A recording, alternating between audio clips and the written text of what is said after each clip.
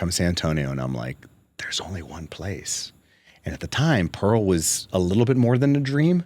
And I'm like, this is it. This is what I want to do. And so I said, all right, how do I get connected to Pearl? The beauty of San Antonio is that we're a town of relationships. Right. Instead of like 6 degrees of separation that Kevin Bacon has, San Antonio is 2 degrees of separation. It's true. Right? It's true. Like if I don't know the person, then I know someone who knows that person. Right. Like it's literally that simple. The best thing about San Antonio. Right? Welcome to Breaking Ground SA, a Rexa podcast where we dig into real estate deals, developments, and decision makers shaping San Antonio. I'm your host, Stephanie Reyes, President and CEO, joined by my co-host, local policy expert, Rob Killen. Let's break some ground.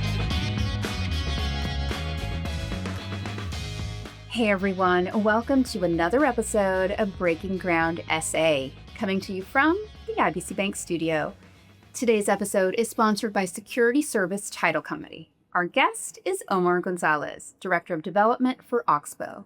Omar has built a strong career in real estate and development and brings a great mix of sharp strategy and real personality to everything he touches. At Oxbow, he's part of a team shaping some of the most dynamic mixed-use and river-adjacent developments in San Antonio. In this episode, we dig into his path to real estate, what's shaped how he sees the work, and a few stories you probably won't hear in a typical boardroom. Enjoy, Omar Gonzalez. All right, we have Omar Gonzalez in the IBC Bank studio. Welcome. Thank you. Pleasure to be here. Thanks for joining us. Absolutely. This is fun. How are you doing? I'm doing well. Busy? I mean, you got us a cocktail on Tuesday afternoon. That's how we do it. That's how we do it. So we wanted to kind of go way back, right? Little Omar, were you always, because you've always worked in development from what I understand. Was this something you wanted to do when you were young? You know, there's a lot of like influences in my life that I didn't realize until after the fact, right? Which I think is pretty common. So I'm, product of kind of middle class, latchkey, Hispanic family. I grew up at Callahan and 410. Okay. And my parents were both born in the U.S.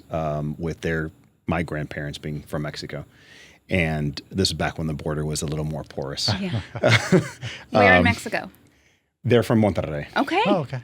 Yeah. So literally my dad's father came to the U.S. in order to have children. He already had a brother who was born in Mexico, so my dad was the first one in his family born in U.S. soil. Okay.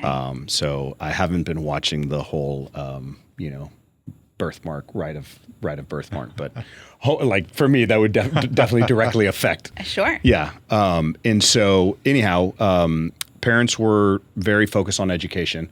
And so they started us, and they're very Catholic, Roman Catholic. So they put us in the Catholic education system. So St. Luke's Catholic at 410 in Manitou, Callahan and Manitou. I was walking distance from there. Okay. And I'm the youngest of 3. So oldest sister, middle brother, and then myself. And, always just had, mom and dad were available to us, had a really, culturally rich upbringing, but with a heavy focus on education. Kind of a fun twist. Greg Luna, do you remember Greg Luna, Senator? Oh, yeah, Senator Luna. Yeah. He's my great uncle. So he's my mom's uncle. Interesting. Wow. But it's just like, his, and again, like his focus was on education. So that Luna family was like very much about like, get educated. My dad. And you didn't disappoint. No, I probably overachieved. Yeah? Yeah, I think I overachieved. So, my dad bootstrapped himself and went to SAC for 2 years, ended up graduating from UT Austin. My mom is a product of Southwest Texas State. Okay, now, yeah. Texas State And University. so you went to the East Coast. And then Little school out. Yeah. So, when I was like a kid growing up, I'm a high achiever. I'm ultra competitive to the point that it's annoying to most other people. But my brother, I think you're in similar company. Yeah, good. Yeah. I think so, right? It's and so I was very, very focused on achievement. And so when I was a kid, people say like, where do you want to go to school? And I'd say Harvard. And I didn't even know what that meant. I just knew that it was a really good school. Sure.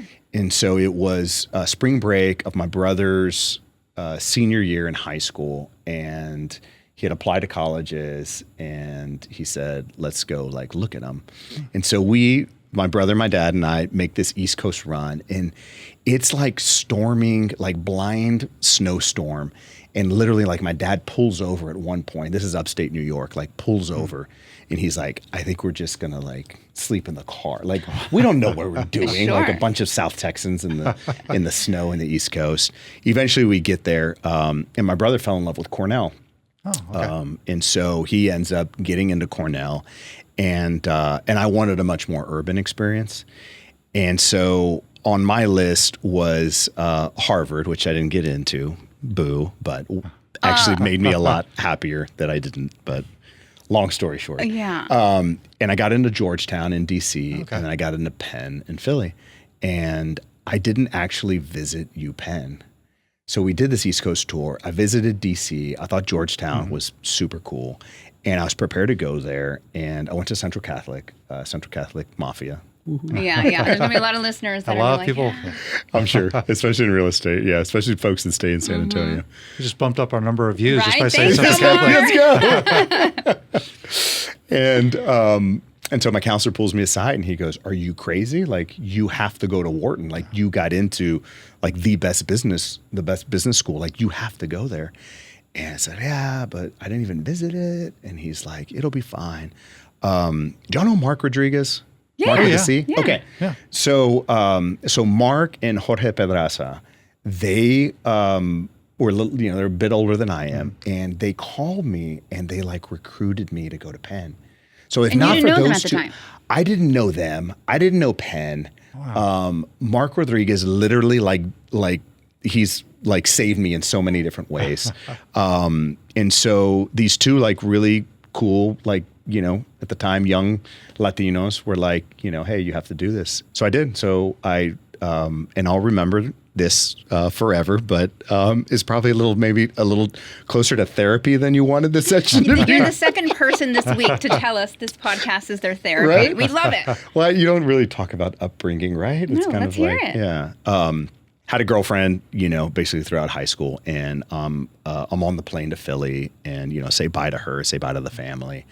And as my plane starts arriving in Philadelphia, I'm looking out the window, super excited about this new city that, I get to be a part of. Mm-hmm. And it's all like smokestacks and like warehouses. And it's like this industrial wasteland.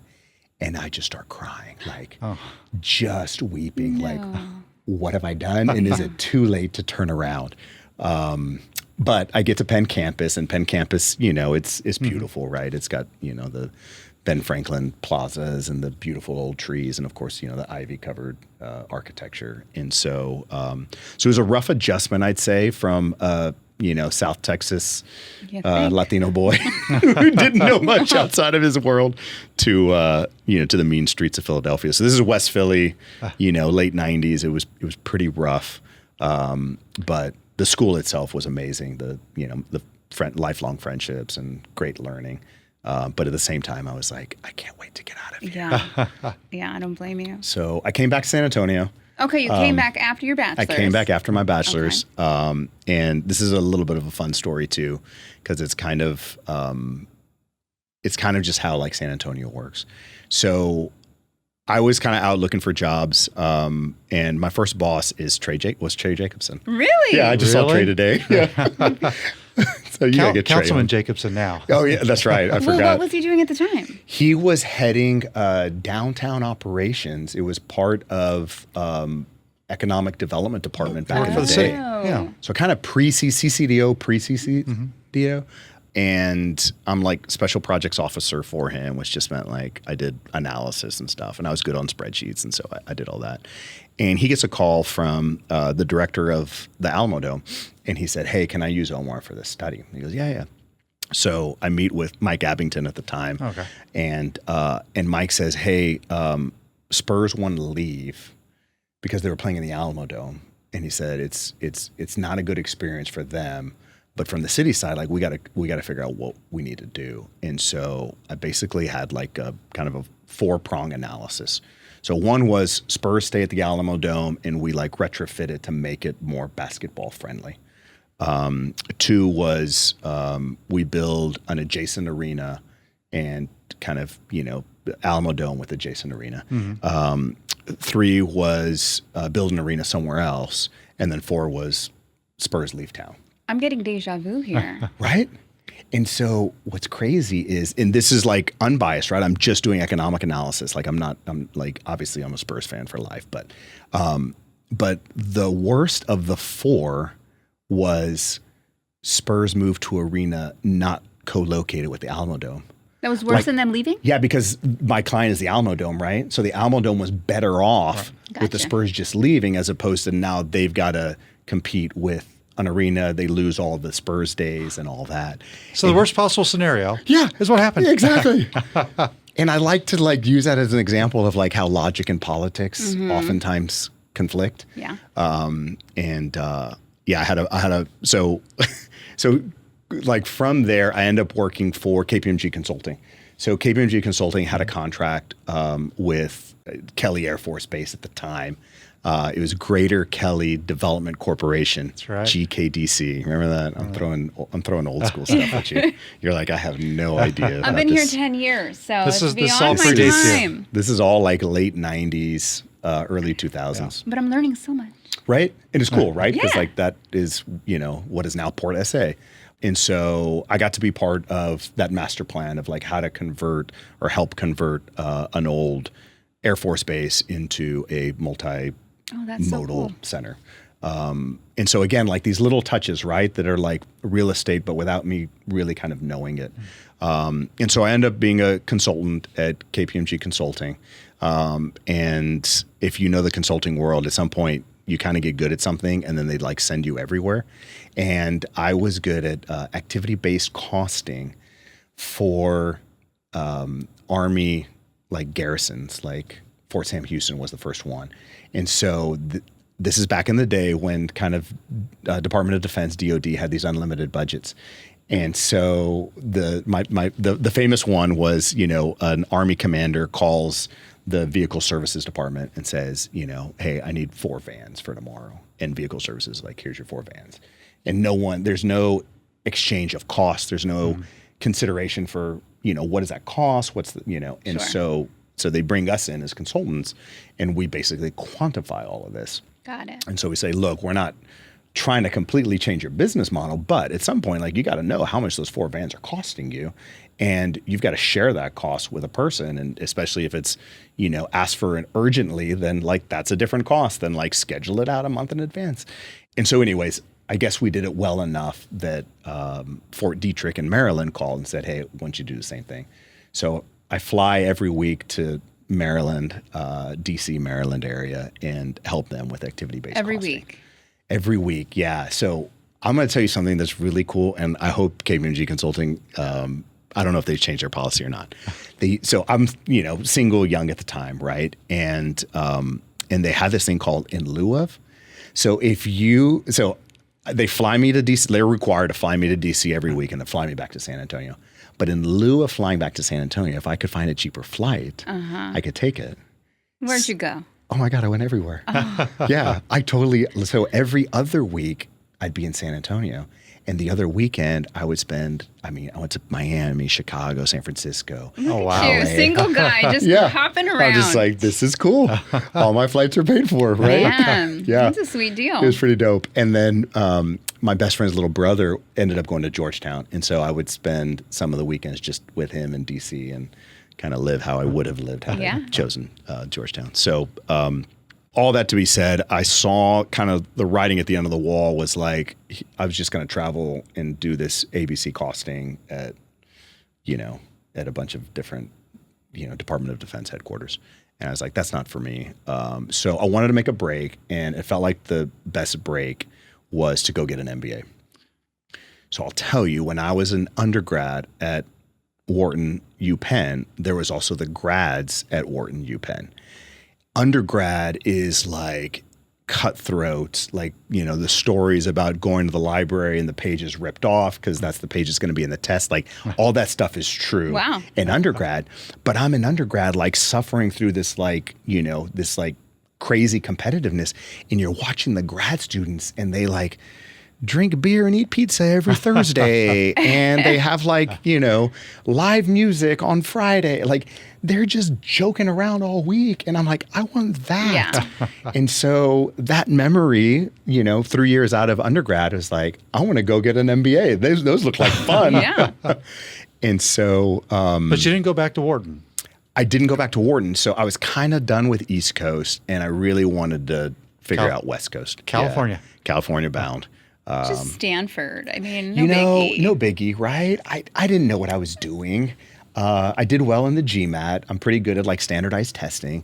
And I said, screw it. I'll throw an application that way, knowing like I'm not going to get it. So, and then it was one of those moments when you're like, are you sure? Like, they call you and they're like, you sure? Like you got the right person? And what was really like heartwarming about Stanford is when they had like the opening ceremony for all the people that got accepted. The keynote speaker said, you all feel like you don't belong here, and you do. And it was cool because it was like the modesty of the people there. And that was like the ethos at that MBA program. So they have some really cool things in the MBA program. I will lead with grade non-disclosure is a vote that the students take every year. Grade non-disclosure. What is that? Whether or not you want to allow students to disclose their grade to future employers. Oh. And every year, Interesting. the students say, we vote to not disclose our grades. So it removes all the competitive nature because your grades do not matter. It's a level playing field. It's a level playing field. And if you look at like the folks that are applying there, like we're all type A folks that are going to try our hardest anyways. But it allowed for two things. One was the culture to be more collaborative so that the person that was really good at finance could help the person that, came in with a non-finance background. And then two, it allowed you to take courses that were kind of outside of your wheelhouse. So instead of you thinking, oh, I'm going to take this course to get an A, you just think, I'm going to take this course because I'm interested in it. Oh, wow. I like that model. It's super cool. It is super cool. Now you got to be really disciplined on who you attract. But in terms of like the culture that it created, it was unbelievable. It was so cool. Beautiful town, no smokestacks. Oh my God. What a city. Yes. That whole area, that whole Bay Area, it's jaw dropping. So, Stanford's like, I don't know, 70 degrees year round. Yeah. Oh, It's nice. Beautiful palm trees and, that was the other moment when I cried, but it was out of happiness because I'm like, this is paradise. And it was paradise. And so I said, I'm going to stay here as long as I can. But the courses that I took, some of the courses that I took were on things like urban planning. And stuff that like I had an interest in, but wasn't so sure kind of how that aligned. And so that was kind of the transition. So MBA allowed me to transition into real estate. Got So it. that's why you know me as real estate developer. Yeah. But that was kind of my pre-real estate developer life. So when you're getting your MBA, did you have a specific employer or type of job that you had in mind? If I say it's going to sound silly, but I wanted to be like this international economic development consultant. That was like That sounds pretty That's sexy. not Yeah. silly. I know, right? It's a great job. So what happened? you get into real estate and actually this is what happened. What happened is I was doing kind of right out of school. I ended up getting into consulting. It's called Bridgespan Group. They're a spinoff of Bain & Company. And they focus more on nonprofits. And the client that I had was Yes Prep School out of Houston. Chris Barbick is the guy's name. He was our client. He was the CEO of, and we, you work your buns off. Am I allowed to say? You can say whatever you want Really? here. Oh, okay. So you work your ass off, and it's really long days, really long nights, and you're doing a ton of analysis, and you're trying to get as much data as you can and condense it and come up with these recommendations to your client. And so the team and I spend countless hours trying to figure out what recommendations we want to make to Yes Prep. And we're doing all kinds of statistical analysis and basically and so we fly down to Houston and we meet Chris and super nice, guy. And we're like, hey, we think you should have smaller class sizes because that's what the data is saying. And he said, that's really interesting. Can you make a recommendation that we should have sports facilities? And we're like, that's not in the analysis. Like, that didn't come up as, one of these like key correlations to academic success. And he's like, so the school's in Houston, and in order for us to be competitive on the fundraising side, we have to have good sports. So I need your recommendation to say that we need a sports, program. And my mind's blown, and I'm like, okay, this guy's seeing it day in, day out. Like, he knows what he wants. He has to hire this consulting firm so we can tell him what he already wants, but gets that validation from us. And it was on that flight home that I said, I don't want to be on the consulting side. I want to be on the doer side. I want to be on the side that's making the decisions, that's living with the decisions, for better or worse. And so that was when I was like, all right, let's go get into real estate development. Okay. So, and then you went where? So then I went to probably not well known in San Antonio, but Marcus Millichap Company. They're probably known here for their brokerage, but at the time they had about a dozen subsidiaries, and so they had a rotation program for newly minted MBA grads. And they take you through the rotation program, and one is a apartment developer, another one was medical office developer, and where I landed was the home development. So everything from single family to condominiums in the Bay Area. So they kind of go from South San Francisco to San Jose. So I had 3 projects. This is 2006, 2007. Oh. And so my joke, which I know where this is going. Yeah, exactly. My joke, which is only like half of a joke, is that I could build a cardboard box in the Bay Area and sell it for $1 million. Yeah. Like, the demand was just insane, right? I mean, y'all times. remember, right? Everyone's buying a house. So I get a call in 2007 from a buddy of mine from Wharton, who's in the private equity side. He said, hey, we're investors in this company that's doing a bunch of really cool projects in Mexico. You should check it out. And so I said, hey man, I'm super happy here in the Bay Area. Life is good. You sure? He goes, just go meet with him. So I fly down to LA, and I'm probably late 20s at the time. Still single? Still single. Yeah, I had a long run. Yeah. I don't blame you with this fun that you were having. It was almost too much fun. And I meet the guy, and looking back, he's probably, late 30s, maybe 40 at the time. But he was just the coolest guy. Like, he had the Ray-Ban aviators and, shirt that's like unbuttoned. Like this, Is that how you dressed, Rob? Yeah. Back then. Yeah. Rob has a tie on for listeners. Yeah. And, this bespoke tailored suit. And I'm just like, this is the coolest guy I've met. And he's in it. Like, so he goes into LA and basically finds these properties and turns them into really cool hotels. So this is now proper in Austin.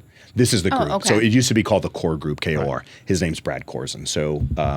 So Brad, basically, I look at him and I'm like, I want to do this. Yeah. Like, I want to be that guy. And so he says, projects down in Playa del Carmen, Riviera Maya, Mexico. I know. You're this lucky guy, man. How hard is that, right? What a rough life. So they send me on the work trip down there to like talk to all the folks. It happens to be the same weekend as my cousin's bachelor party. Oh no. Right? And I'm like, this is the best gig in the world. Like, does it get any better? So I call back to LA and I'm like, I'm in. And what was really interesting, a lot of things were interesting. I have stories for days about Mexico. I bet you do. Tell me if you want to hear them or not. Do you speak Spanish? So, interestingly, at the time, I would say I could get by at a restaurant, I could get by in a social setting, but I'd never done business in Spanish, and Spanish is not my native language. It's English. So I'm from the generation, and I don't know if you can concur with this or not, but I'm from the generation of Chicanos, or like, Latinos in America whose parents thought, in order for my child to succeed, they have to master English. And if I teach them Spanish, I'm just going to confuse them. So both my parents are fully bilingual. Of the 3 kids, we basically had to teach ourselves. So I think I've heard it my whole life, but I never had to really speak in Spanish. And so this is kind of interesting. So what I realize is when they hired me, they said, you know, we really like you because you're bilingual and you're bicultural. And I get down there and I realize like, I'm not really bilingual because like I've never done business in Spanish. And I'm like, it makes me sweat like thinking about, you know, like negotiating real estate terms in Spanish because like I'm just not there. Right. And then I realized I'm not bicultural either. Like I'm just monocultural. It's just like a Texas Latino. Like that is my culture. Like I am Chicano. Like, and so, so interestingly, I never really felt at home in Mexico. In the same way that I never really felt at home in Philadelphia. So anyhow, this was, you know, 2007. And so we had master planned these amazing resort developments. We were selling them as condos, so condo hotel, to mostly Americans and Canadians and some Mexicans. And we had, you know, Legarreta was the designer. You know, Legarreta, who did the library downtown. Oh, yeah. Was the designer. So really cool, high end, you know, super, super luxury. And I go down there and it's a team. It's got a big sales and marketing team. And, you know, these are the guys driving around in like Escalades and Range Rovers. And then we have, you know, a design team, Legarreta, et cetera. And so we were really trying to just like, you know, raise the mark on like what could be done in Riviera Maya. And so as I'm working on projects, we hit a couple stumbling blocks. So one of them was entitlements. And do you know what mangrove is? Or manglar? It's like that area between a beach and inland. And it's kind of its own ecosystem. And it kind of looks swampy, if you will, but it helps protect for hurricanes, and it helps create like, you know, the biology necessary for a lot of the like animals to live in. Okay. But we're developing and so the president of Mexico declares that all mangrove is protected species in the country. Okay. And we're sitting on this urban land, literally between two developments. It's got a beach and it's got a little strip of mangrove. And they're like, you can't remove it. And we're like, well, our whole project is dependent on access to the beach, right? Like this is what people pay for. And so we stumbled through the whole entitlements. What I realized was, as an American company doing business in Mexico, we were essentially really handicapped because a lot of the other businesses were either European-based, a lot of Spanish-based, or Mexican-based, and they could operate with different rules than we can. If you need me to say that more bluntly, I can. But I think you understand. I get it. And so we never got our entitlements. And then I get a call from Citibank, which was, you know, our main financier. And they said, hey, Omar, we're calling all our loans. I said, I don't understand what that means. He goes, you don't have any more loans because the world has changed and we are divesting completely in Mexico. And I'm like, what do you mean, Chris? He's like, you're done. I was like, oh my God. Party's over. Party is over. So I called back LA and they said, sell everything. And I said, this is the worst time in history to sell. And they said, we don't care. And so we sold everything at, you know, pennies on the dollar, probably about 25, 30 cents on the dollar. Wow. Enough money to pay back the deposits and to walk away at least, like, you know, without pending lawsuits and whatnot. Buy a ticket home. Buy a ticket home. Yeah. So tail tucked between the legs, and then like, well, that was a really good experience. That was a fun ride. I'm glad it wasn't my money at stake, right? It was true. other people's money. And so I come back to San Antonio, and at this point, I am convinced, between living in San Francisco, living in Playa del Carmen, that urban mixed use is my passion. So I come to San Antonio, and I'm like, there's only one place. And at the time, Pearl was a little bit more than a dream. So this would have been like, you know, 2009, 2010. And so they had like the Aveda, you know, where you could get your haircut. And then they had a little restaurant. I think it was called Farm to Table or something like that. Oh, yeah. Right? Do you remember that? Yeah. I remember some of the early things in there. And I'm like, this is it. This is what I want to do. And so I said, all right, how do I get connected to Pearl? And the beauty of San Antonio is that we're a town of relationships. Right. And so instead of like 6 degrees of separation that Kevin Bacon has, San Antonio is 2 degrees of separation. It's true. Right? It's true. Like if I don't know the person, then I know someone who knows that person. Right. Like it's literally that simple. The best thing about San Antonio. Right? Yeah. And so at the time, my brother and I had run across the Castro brothers many times, and we befriended them. So, we have sort of similar background. They, obviously they got into politics. My brother got into law, and I get into real estate. So, and so I'm like, San Antonio feels like it's the right time to move back. Like things are starting to change. Felt like generationally the leadership was changing as well. A bit of a baton passing. And so I said, all right, who knows someone at Pearl? In a roundabout story, using my Central Mafia connection, there's a young man named Jay Uribe, and I grew up playing basketball. He was older, so he was like my coach, but I always looked up to Jay and his sister Anita Uribe. I don't know if you... Yeah. And his dad's a doctor. Yes, exactly. Yeah. And politically very active. Always politically active. Working with big supporters of Henry Cisneros, and then Mary Alice. I remember that. Exactly. Yeah. So small world. My dad's Central Catholic grad, class of '64, same year as Henry Cisneros. So my dad and Henry are also close. Small world. So small world, right? And like ultimately, it was this chance that I'm like, between my parents and me and my brother, like our generation, like we've built such a network in San Antonio. It'd be a shame to not, like use it, right? And so Jay Uribe introduces me to Daryl Bird, and Daryl and I hit it off. I think we were literally having lunch at like Lion and Rose, and he goes, I think we're having beers actually. And he goes, you need to meet Bill Schoen. And I was like, okay, who's Bill Schoen? So he's like, he's my boss, but he's, and he's like, you're going to love him. I was like, okay, cool. Can you help me? So he helps set up this meeting with Bill Schoen. And I kid you not, and I've told Bill this number of times, my model of like this really cool urban real estate developer was this LA guy that, looked like a model. And then I walk in and there's like handlebar mustache, Wrangler jeans, cowboy boots. And I'm like, are we talking about ranches? We're talking about urban. And I said like the first 10 to 15 minutes of meeting with Bill, I'm like trying to associate that the words coming out of his mouth were like so urban and so on point with what I wanted to do. But I just kept looking at him being like, this guy? It's not matching up. Right? Anyhow, we hit it off. Bill says, I don't have anything for you right now. In retrospect, right, he had Sean Hatter and Alan Sykes and, the current Oxbow team already there. And so I said, hey, I understand. And he said, things are kind of weird right now in the market. And so I say, I don't think anyone's going to hire me in 2010. I'm just going to leave. And so this is really cool. This does not exist anymore to my knowledge. But Continental Airlines, now United, but at the time Continental had a round the world ticket. Really? Yeah.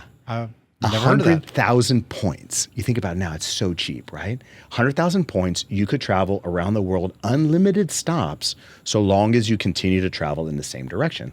So basically you choose, are you going to go east or are you going to go west? Interesting. Right? So I was like, I'll go east. I don't know. And so, and I'll probably miss some, but I was like Mexico, Argentina, Brazil, flew across the Atlantic, South Africa, then went up to Southeast Asia. And so you just took the sabbatical when traveling. Took a sabbatical when traveling. And here's the craziest part. So I am touring the ruins in Cambodia at Angkor Wat, and I make eye contact with this woman. And next thing you know, she asks me, hey, can you take a picture of, me and my friend? I take a picture of them. And I say, hey, what are y'all doing for dinner? That's my wife. That's smooth. Yeah. Oh. So I met my Canadian dentist wife. In Cambodia? In Cambodia. Wow. Which is wild, right? Wow. Yeah. That's a great story. Yeah, it's insane. What happens next? Because you're both from these. So, Cambodia was like, it was a pretty short trip. And I say, what are y'all doing next? And they said, we're going to Vietnam. And I said, shoot, this is the one country I didn't get a visa to. So I can't go to Vietnam. What are y'all doing after that? And they're like, we're going to Thailand. I was like, I'm going to Thailand. And I said, do y'all want to meet there? And they're like, sure. And I said, listen, I have this friends and family rate because the core group used to be associated with, Sheridan. And so I had access to like friends and family at all the, Nice. Yeah. And so I said, I'll get you a really nice hotel for really cheap and just say like we're somehow related. And there's the craziest part. So it's Celsa and her best friend Davina, and so they sit down. They're like, "Well, what if they ask us questions?" I said, "Well, ask me."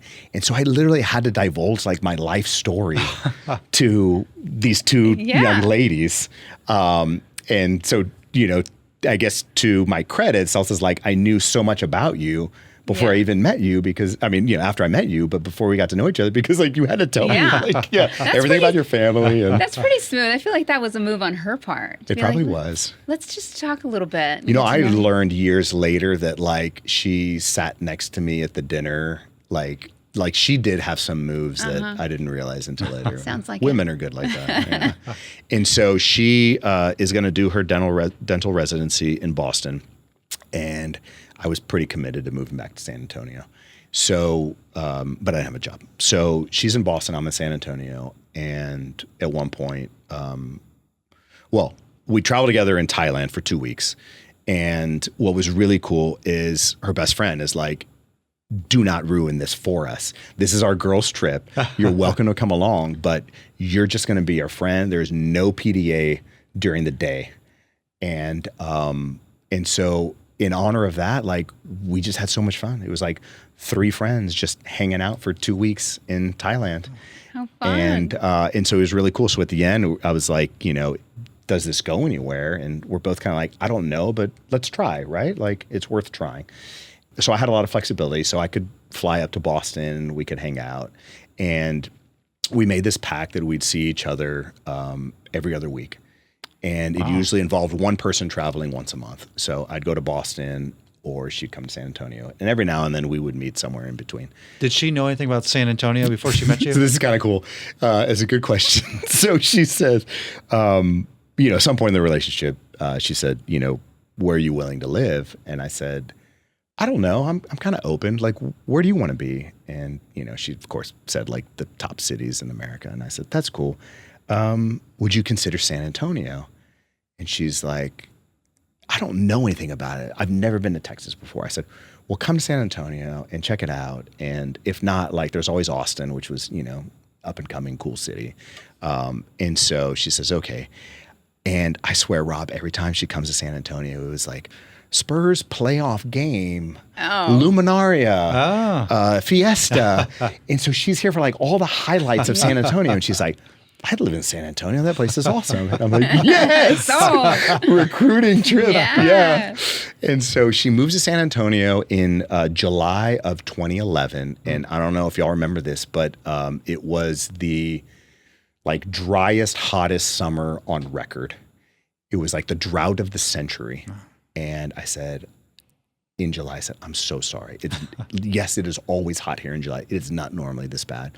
And she goes, what are you talking about? It never rains. This is amazing. Like I can keep all my outdoor plants, like plans, like I don't have to change my plans because of rain. She liked it. She liked it.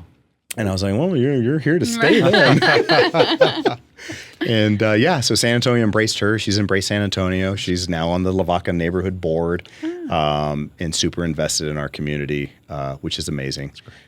So that's kind of the personal side of the story. Yeah. And then the professional side of the story was that Bill Schoen kept saying, you're awesome. I really want to hire you. I just don't have a position for you. And at some point he said, what do you think about Hemisphere? And Hemisphere had just named a CEO at the time. And I said, yeah, that fills all my buckets. Right? Andres. And it was Andres, who I didn't know. So Bill Schoen sets up a lunch meeting, me, Andres, and Bill, at the old Sandbar at Pearl. Oh, yeah. Andrew Wiseman, old fish restaurant. One of the first restaurants in there. Yeah. It was La Gloria, Sandbar, and the Italian place. El Sonio. Yeah, yeah. And so we have lunch, the three of us, and Bill's like, I got to get back to work, but you guys stay as long as you want. Bill leaves, and it's like 2:30, and the wait staff is like, I'm sorry, guys, but you like me and Andres, you have to leave because like we have to turn it over for dinner. Like we would have stayed and just chatted for hours. We just hit it off. And at the end he said, what are you doing tomorrow? I said, whatever you want. He said, all right, meet me here. And he had gotten approval from the city to be where Park Police is now, in kind of this annex building of the convention center. And he had no clue, no idea. Like, there was no entity set up. We had no insurance. We had no laptops. And he's like, hey, this is a startup and I need you. And so Andres, to his credit, and he always will be, like, he's visionary. He's big picture. And so I was just kind of immediate partnered with him where I'd figure out the details. I was kind of more on the, the finance and the quantitative side. He's more on the kind of dreamer side. And so we had this amazing partnership for 10 years. And then finally something opened up at Pearl, and Bill told Andres, he said, hey, I'm going to call my 10-year loan. I need him back. And so it was about, 4.5 years ago, I ended up at Oxbow, which at the time wasn't even Oxbow. So we kind of created Oxbow, as a brand since then. And so that's kind of the ride, if that makes sense. But you did quite a bit at Hemisphere that you should be really proud of. It was 10 years. I'm extremely proud of it. Yeah. I mean, I played in a downtown kickball league that used to be on the grassy area just north of the Magic Theater. And I'm helping Magic Theater with their gala this year. So I reminisce to it was really the Magic Theater and this old wooden playground at Hemisphere. And that's kind of all that Hemisphere was. Obviously, the tower and some of the buildings, but in terms of a place for a local to go, that was kind of it. And so it took a lot of work to get the community involved, and get bonds passed, find the right designer, design it, and implement it. And so, yeah, I'll never forget. I say my first baby is Yanaguana Garden, which was a fun naming exercise too. How did you come up with that? Oh my God, it was so much fun. It was a small group of us, and we brought in a couple of neighbors. And I remember Martha Martinez Flores, married to Mike Flores. Yeah. And we just had all these different names up there. And the one that we just kept kind of resonating with us was Yanaguana. And Yanaguana is the Payaya name for the river. It loosely translates into spirit waters. And we thought, how unique that this is the only place in the world that has Yanaguana. It's the Cojualtecan language. And so before we got super into it, we said, let's go meet with they're the American Indians of Texas, but let's go meet with a representative of the Payaya Indians to make sure we're not doing something, we're not desecrating the name or honoring it in the proper name. And so we bring in these individuals from American Indians of Texas, and we say, are you okay with us using the name Yanaguana? And he gives us a bit of the story, and he starts crying, just tearing up. And he's like, this is the most honorable thing that you could do. Wow. He goes, but let me tell you, the story of Yanaguana is to be passed orally because that's our history. We never wrote it down.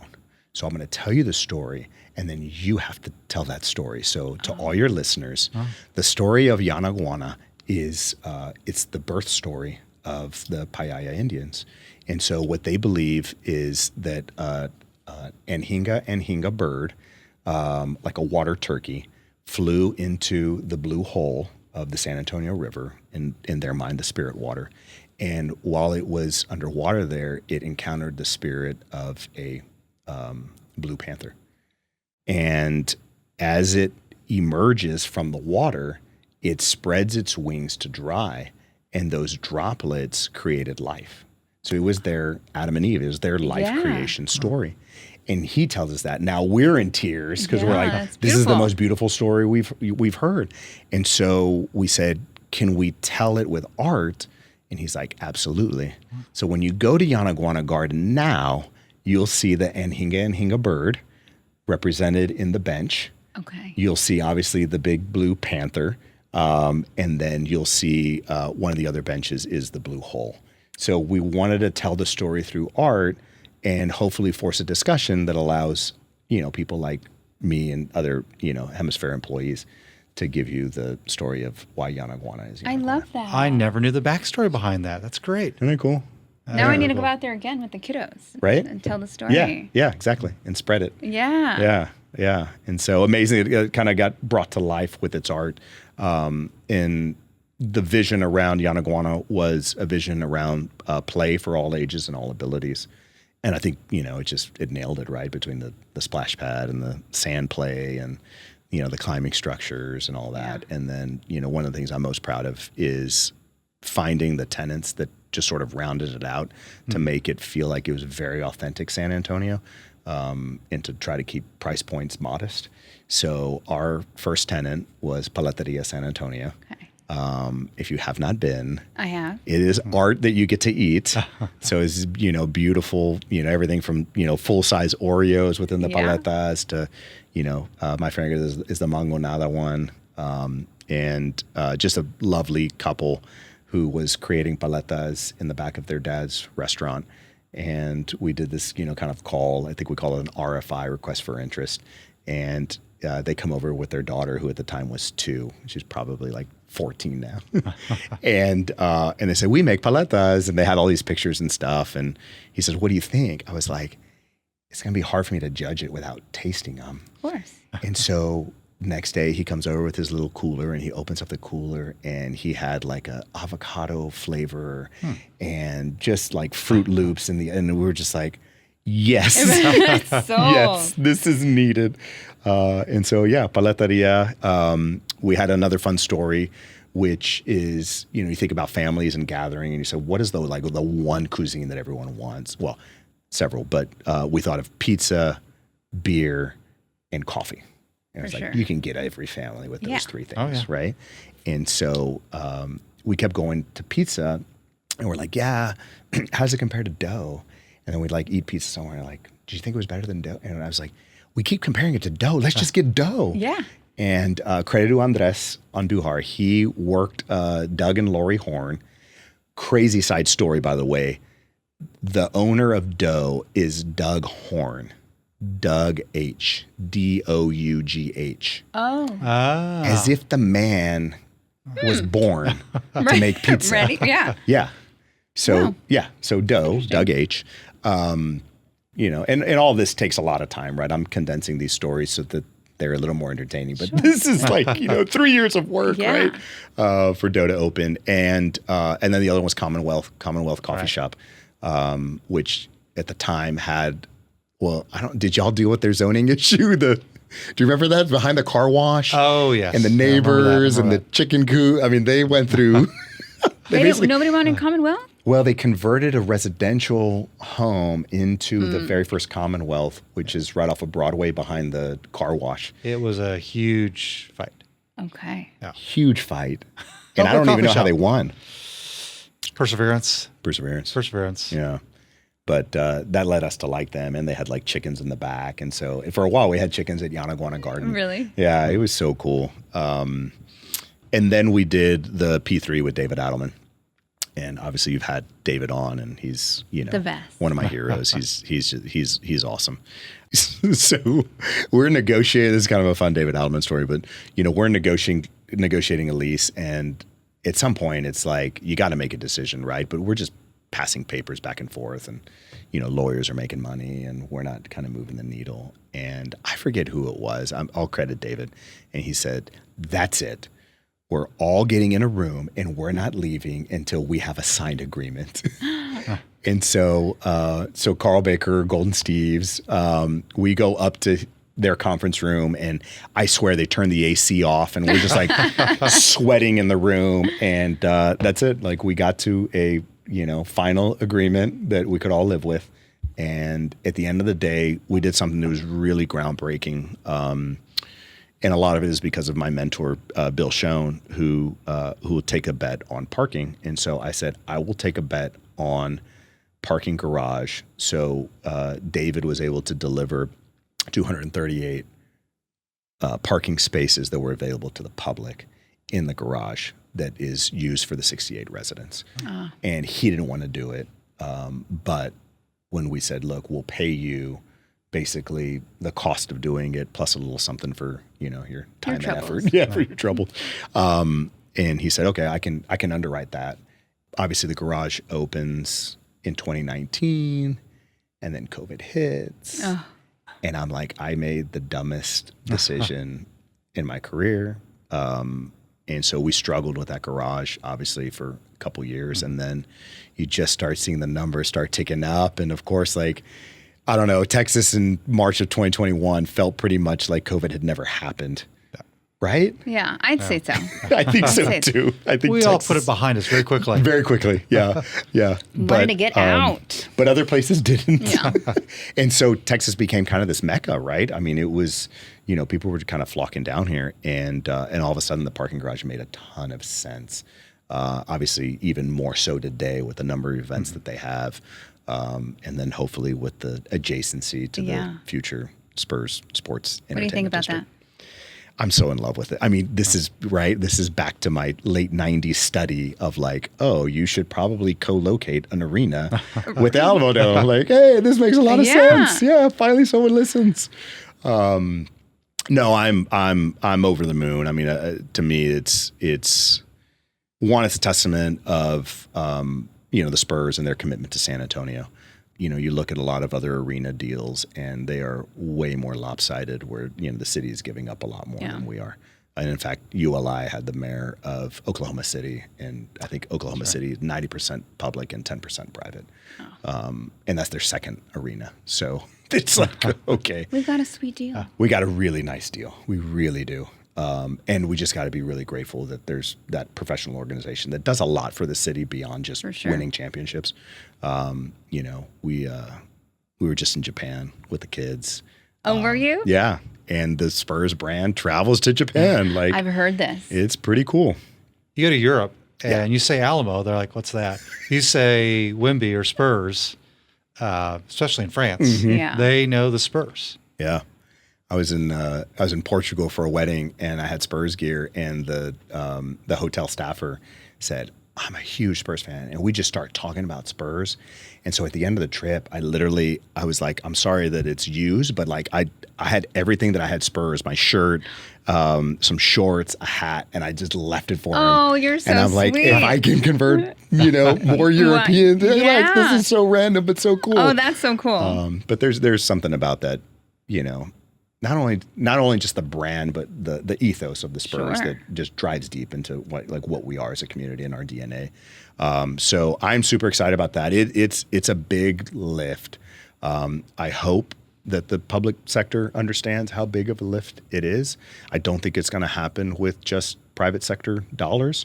And I think we need to lean in on that as a community. Yeah, for sure. Okay, so you're at the Pearl. When you finally move over, and then Oxbow, big vision. Where was the project when you came on?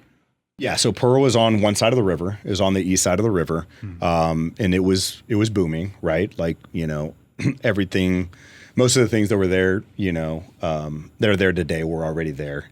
Now, we kind of had the COVID, reset, and so what that allowed the team to do was look at Stable Hall in a different way.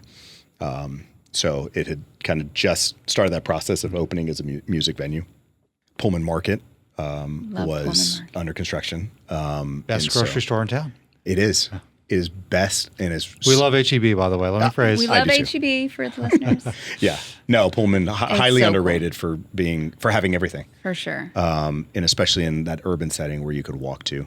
And then we really had this goal to make the river the center of Pearl, and so it meant, okay, we've got to build on the other side.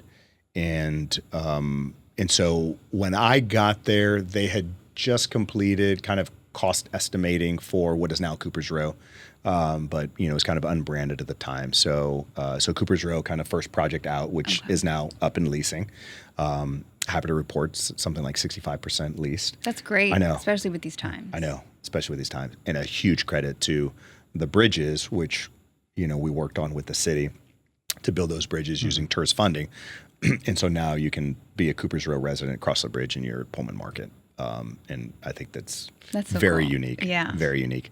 So Cooper's Row Phase 2 is about to get its certificate of occupancy, 75 additional units, really beautifully done. And then Perlin House is the hotel that's under construction. They're having their topping out ceremony next week. So that's a similar, so there was Hotel Emma, and then this is meant to be a slightly more affordable hotel. Exactly. Okay. Is that how you guys would That's a good way to put it. promote that? You know, from sort of just a market perspective, you have Hotel Emma that's, you know, in the, call it mid 600s ADR.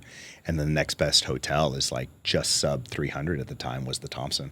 And so you looked at that gap and you're like, well, why don't we just shoot right in the middle of that gap and, you know, get folks that, you know, maybe, Hotel Emma for business travelers is a little too pricey for some folks per diem.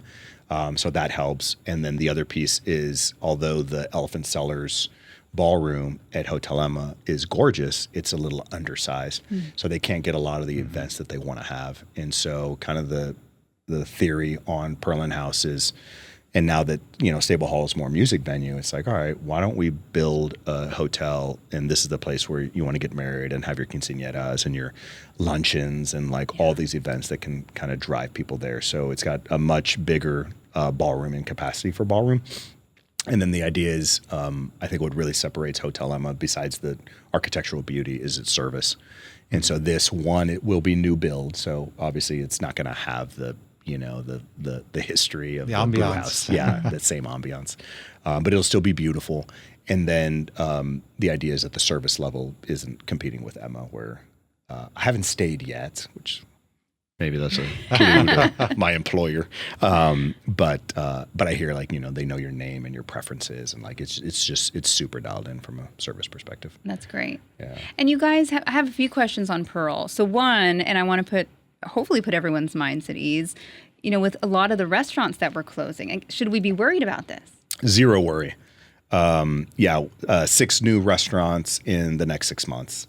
And you've probably seen a little smattering of that already come true. So, you know, Jewel at the Bar is amazing if you haven't been. I haven't. I need to go. And it's got a karaoke room upstairs. Sold. It's Sold. mind-blowing.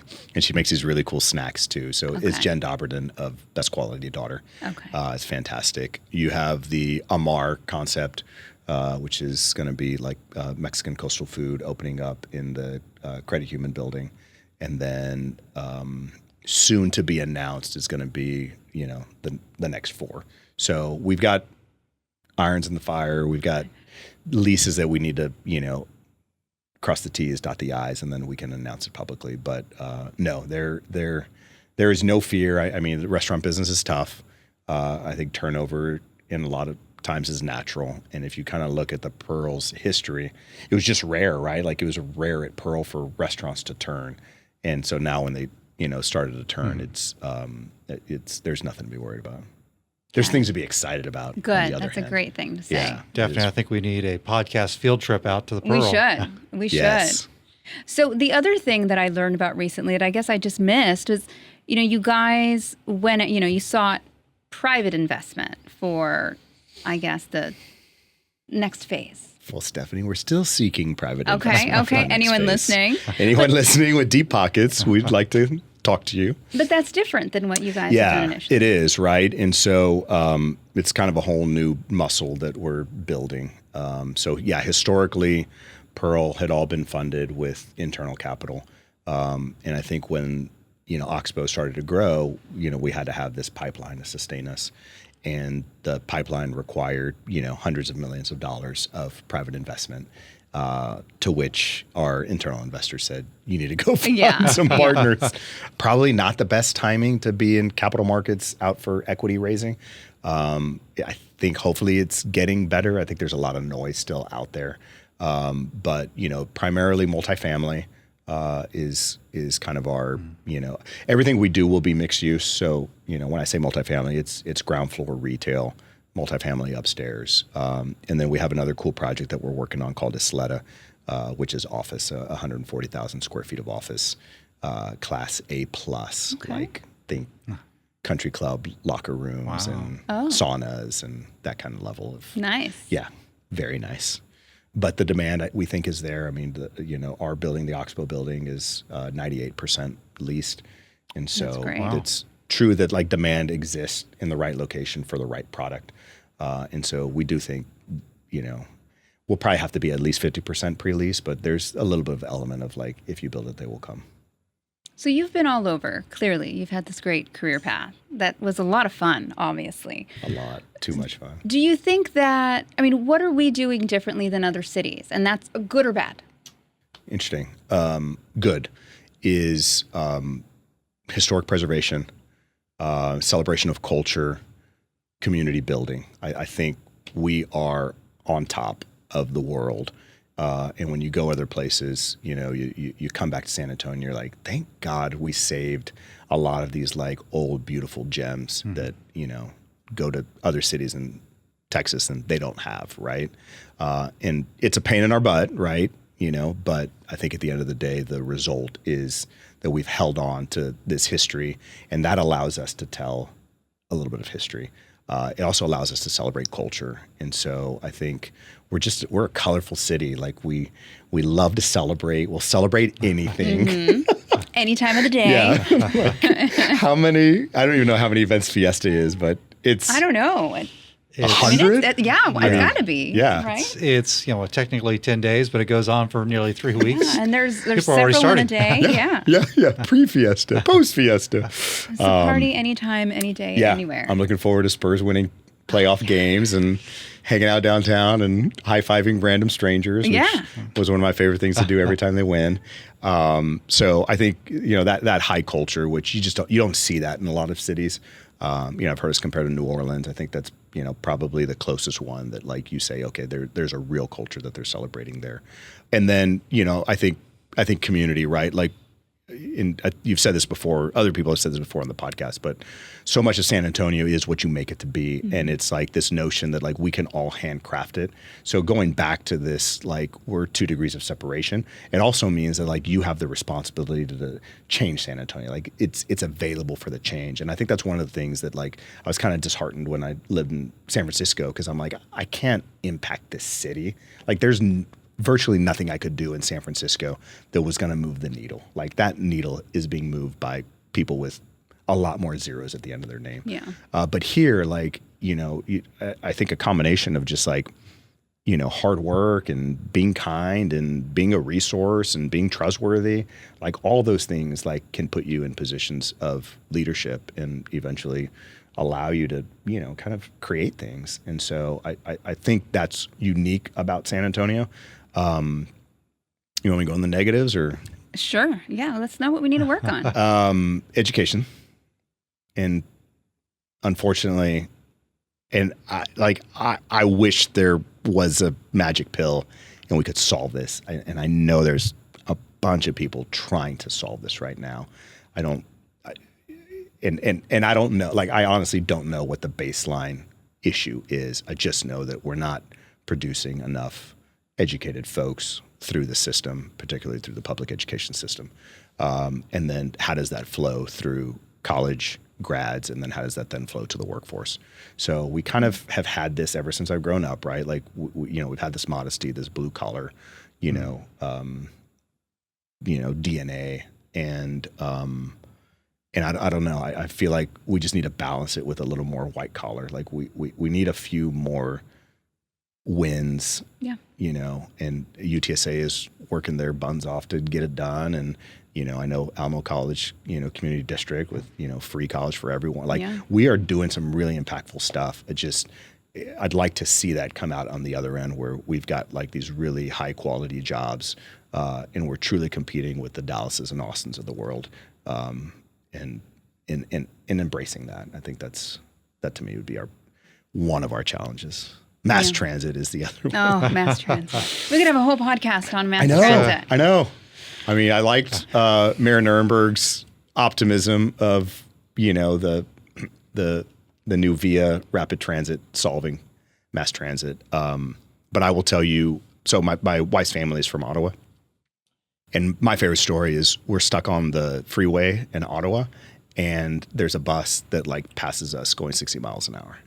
And I'm like, If you did that in San Antonio, we would all ride the bus. Yeah.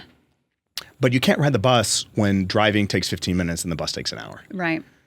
But if you reversed it, you could. And so I know it's hard to start from where, I mean, we're starting with something, right? And I'm all for it. Like, we've got to do as much as we can. But, you know, you go to a town like Japan, you go to a town like Tokyo in Japan, you know, and obviously, you know, this is a very recent trip. But you walk everywhere and you take the subway everywhere, and they max out the size of a vehicle, so their streets are like really easy to navigate. And they call it a J truck is what I heard. But it's basically like, this is the max dimensions. And so you'll see them everywhere. There's these box cars with these tiny wheels, and, you know, there's no pickups there. There's no 18 wheelers. Like, and, you know, obviously they get it done in a city of 30 million people. Like, so, It's a culture shift, though. It is. I mean, I hear all the time, well, even if the transit was better and more reliable, it's hot to be walking. And everyone wants to park, you know, at the front of the restaurant or wherever they're going. It's going to take a filter change. Advanced rapid transit, even though we have one line and we have two lines, it's incremental progress. People have to use it. So once it's in, we need to make sure that it's being used and that the areas around it are redeveloping to demonstrate we're going to create density, we're going to create value along these lines, and gives us the opportunity to now invest and take that ART concept and take it to other places in the city. boom. Spot on. Amen. Yeah. All right, this is the fun part. I thought this whole part was fun. Well, the whole thing has been a blast. All right. But we're going to close it up with a rapid fire. Oof. All right. I like how Randy never actually answered your question, so I'm going to try to do that. He is such a good boy. He was real sly about it, too. I know, I like it. Okay, coffee or happy hour meeting? I would say I did not drink coffee until I had children. I now have an 11-year-old and a 9-year-old, and I've basically been a coffee snob since my child was born. I realized I cannot function without coffee. I hear you. So I'm going to say coffee. And COVID did the San Antonio community a disfavor in my household, because we realized how much we were spending on lattes every day. So my wife gets one and I get one, and I can't do regular milk, so I always got to like upgrade to like oat milk or something. Yeah, and so I'm $7 a cup plus a tip. Like, I'm at $8 a cup a day. And finally, at COVID, we're like, why don't we just buy a machine? So I make my own coffee in the morning. I'm sorry to all you coffee. I still try to support coffee houses as much as I can. But it's usually my second or third cup of the day if I'm going to coffee house. Okay. Well, I think I know the answer, but suit or boots? Man, this is a good question. My whole life, I wanted to wear a suit to work every day. And when I worked at KPMG Consulting, we wore a suit to work every day. And the big joke was we didn't have casual Fridays. You were just allowed to remove a button from that was casual Friday. But I so dug it. And then I think just I don't know, the older I get, the more I just really like comfort. And so I'm going to go with tennis shoes. And you see I'm wearing my Nike Jordans. I love the look of boots. They're just not as comfortable as my kicks. Yeah. So I'm gonna go tennis shoes. I like it. Looks good. Here's a good one. Duncan era or Wemby era? I'm going to be like Randy. I'm just going to answer randomly. Ginobili era. Oh, my. Yeah. That's a good. Latino boy from San Antonio. He's definitely my hero. I have a really fun, I happened to be, Joe Donnelly works for the Spurs. He invited me as his guest, and he looks up and he's like, hey, do you want to get introduced to RC Buell? I was like, yes. So he's introduced me to RC, and then next thing you know, Manu sits next to me. No. Like, oh, wow. And then RC gets up and leaves, and it's just me and Manu. What do you say? I know. What do I say? I was like, you got to keep it cool. I kept it cool. I talked about dad stuff. Okay. Yeah. So I was like, hey, we're dads.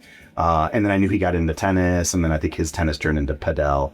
and pickleball and all this. And so we talked about like racket sports, and then we started talking about real estate. And I was having such a fun time. And then RC is like, Omar, leave Manu alone. And I don't even know RC in that life. So I go back to Joe, and Joe was like, well, I was wondering where my date was. But then I turned around and I was like, well, if there's one guy I could see my date leaving for, it'd be Manu. So yeah. So That's a cool story. Yeah, it's pretty cool. Favorite spot in San Antonio right now? What kind of spot? Any spot. Any spot? Any spot. Whew, you're gonna make me enemies. No. Okay, I'm gonna do one at Hemisphere, one at Pearl, That's fair. and then I might even throw in another A little one. bit of a cop out, but that's fair. Let's hear it. Okay, I'm gonna go Otto's Ice House in the back with one of their margaritas, watching live music. Okay. Highly, still a little bit underrated, but solid. And then I'm gonna go Box Street Social on a Sunday brunch. And you watch all these beautiful people, and they're like, I'd never seen a group of 6 women all wearing the same pink denim jacket. I was like, is this Davon? Harry? And they're like, no, this is just for Instagram. It's like, so they nailed that whole kind of Instagram piece. Very cool. Very cool. If development wasn't your career, what would it be? Okay, this is kind of the new love. I've always been sports fanatic. Unfortunately, I wasn't really built to, play collegiate athletics. But my first love was basketball. And then my brother really got me into tennis. And so I've always kind of been real basketball and tennis man. And this happened recently in life that Cruz Ortiz, the artist, and Joe Isletta, the firefighter, they created this Sandlot baseball team. So I call it Old Man Baseball. So it's like hardball baseball. And we're a bunch of old dudes that go out there, and there's this whole Sandlot league. And the whole idea is kind of this whole all ages, all abilities. We're just having fun playing baseball, And I played baseball through sophomore year in high school. I played, 2 years at JV. And I think my son just grew up seeing that. And he is fervently passionate about baseball. And I became his coach. And I reluctantly did it because everyone volunteered to be an assistant coach. And then the commissioner reached out and they said, one of you has to be a head coach. And the other 3 had responded no by the time I saw the message. So I was like, fine. Oh my God. It is so rewarding. Aww. I would be a little league baseball coach. Aww. Yeah. That's cute. I know. It's to see the progress of these kids. And what I really like, we play at Town Country Optimist Little League or Tickle. And I had a girl on my team and she was my favorite player. But it's kind of had that Sandlot vibe. We had people that never picked up a bat before. And then we had other kids that, know where to throw the ball when there's a runner at first and second. It was just and it was just so fun, just watching their progress over a short period of time. And I got so much joy out of it. Aw. One thing people would be surprised to know about you. There's a lot of these people who'd be surprised to know about me. I'm gonna tell you one, and it's pretty funny. Okay, so this is classic San Antonio story. So when I was back here doing kind of that analyst role, they did a call for extras to be in Miss Congeniality. Really? Yeah. Sandra Bullock, yeah. In the Alamo scene. Yeah. Yeah. So I'm in love with you two. You lie. Swear to God, you'd have to pause it. But I'm gonna. Yeah, I'm wearing a lime green shirt. Okay. And we're gonna put a still photo. No, The video version of the episode. You really have to have it in. You go, I'm my God. literally an extra in the Artisan River Theater scene. Do you get paid to be an extra? Okay, funny story. Yes, you do. And I didn't even want to do it. So I had a friend at the time. She was the little sister to one of my good friends. And she was all into it. And she has, you had to go to I don't know, the casting call or whatever. You had to apply. And so she, all serious with her application and her, Vogue picture shot. And I just pulled out a picture and cut the other person out and in the application. I just all funny stuff. I was just I I don't care. So she calls me. She's like, did you get a call? And I was like, no, did you? She's like, no, it's just checking. I was like, okay. And then she calls, she's like, did you get a call? I was like, yeah, did you? She's like, fucker. So I get selected to be an extra, and they pay you by the hour and they feed you, but the shoot is like 10 p.m. to 5 a.m. Oh. Yeah, it's brutal. I guess they want to do it when no one else is out there and Sure. it's dark so they can control the lighting and all that. What are you doing in the scene? The cheering. Like it's literally, it's That's so cool. it's that to brag about. You should put that on your LinkedIn. You want to hear even funnier? Okay. Yes. So at the end, they had a sign out sheet and it had wage. And, it's just like this, table that you fill out, but the wage was blank. And I think we were going to get paid like $13 an hour. Oh. So I just put $25 an hour.